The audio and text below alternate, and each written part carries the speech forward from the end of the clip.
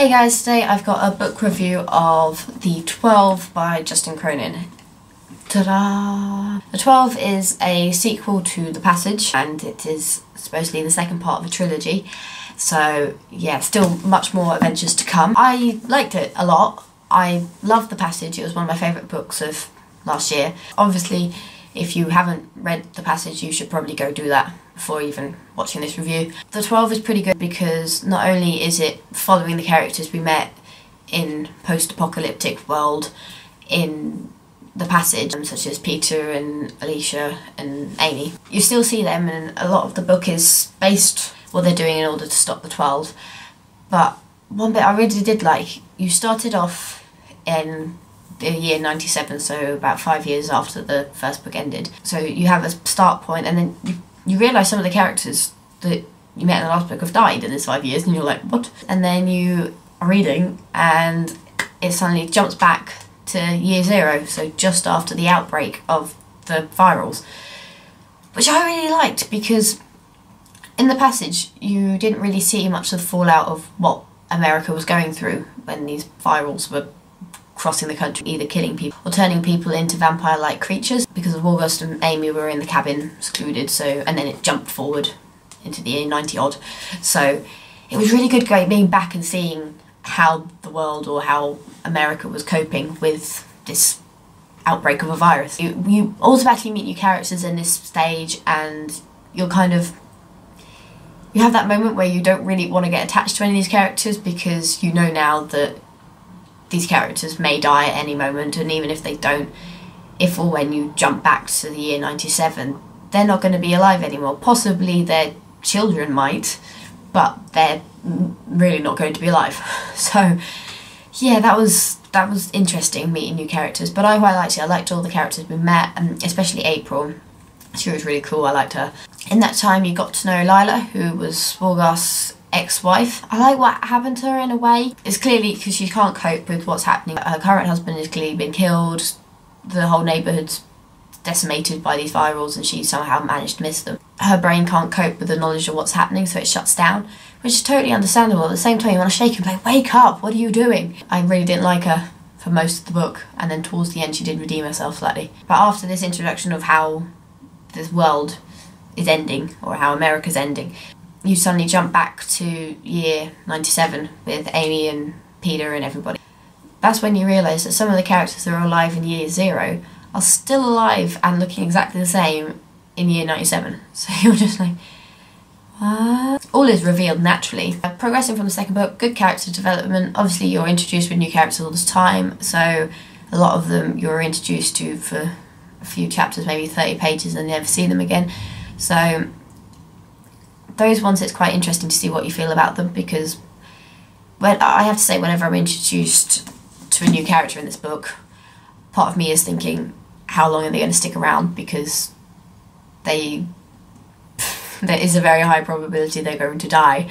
So you try not to get attached or sort of think too much about these characters, but quite a few of them you do get attached to, such as when you were at year 0 and the occupants of the bus.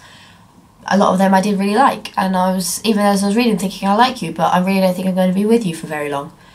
But you never know, maybe somehow they're going to appear again in book 3. Yeah, good character development for Peter and Amy and Alicia and everyone like that. Some of the things that Alicia's gone through, she is such a strong character, and I really like her, and how she's come along, and her relationship with Peter is so interesting, because sometimes I feel as if they should be together, and sometimes I feel as if they shouldn't. But at the same time, they've got such a good partnership that I don't feel as if they really need to have a romantic relationship. The virals continue to be creepy as hell, but that's the thing. With this book, the humans were worse than the virals sometimes, and that is, it's interesting in a way, because it's sort of commenting on human nature and whatever.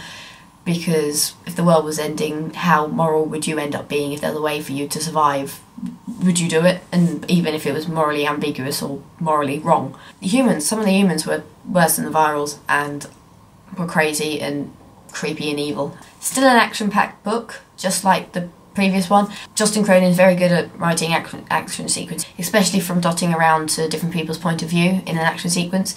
That is really clever. And I think the only negative about this book I'm possibly the same with The Passage really, and probably I'll have the same sort of thoughts going into the third book, is that there is so many characters and it is hard to try and remember who's who, especially from one book to the next.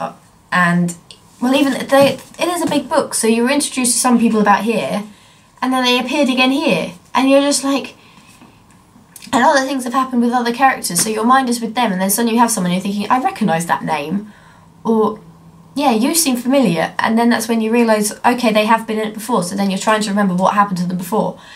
So yeah, for me, having too many characters is a double-edged sword, as it were, because it is sometimes hard to remember who everybody is and how they connect to each other.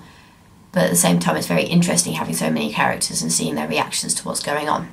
I really enjoy this book. I am enjoying the series. I love the series. I cannot wait to read the next one, which I'm guessing I'm going to have to wait for a year or more, which is a bit upsetting, but still. Cronin's post-apocalyptic world is just amazing. I'm really enjoying this world, and I love when it does jump backwards and forwards, and especially when there's stuff, when you see it's from the 1,000 years into the future, from some like conference in the Australasia, what part of the world. So then you're thinking, this virus ends up lasting for 1,000 years or more, and all the things that could happen with this. So that's super exciting. I'd give 12 by Justin Cronin 5 out of 5 because I could not put it down. I love all the characters, and it's action-packed. It's creepy as hell at some places, but it's really enjoyable, and I cannot wait for the next one. If you haven't read Passage or the 12, I highly recommend you go out and read them. If you like dystopian, post-apocalyptic type world with a different take on vampires, then yeah, I think the series would be for you. And there are some amazing characters in here, lots of character development and growth, lots of surprises and twists and turns. People that you think are dead sometimes turn out to be definitely dead, and sometimes turn out to be possibly not dead. And yeah, I like this book a lot. Please go read it. And if you have read it, please do let me know below what you think of it, and if you've enjoyed it as much as I have, or if you've read The Passage, what do you think of that book as well. So do all the usual YouTubey things, liking and commenting and subscribing, and I will see you next time.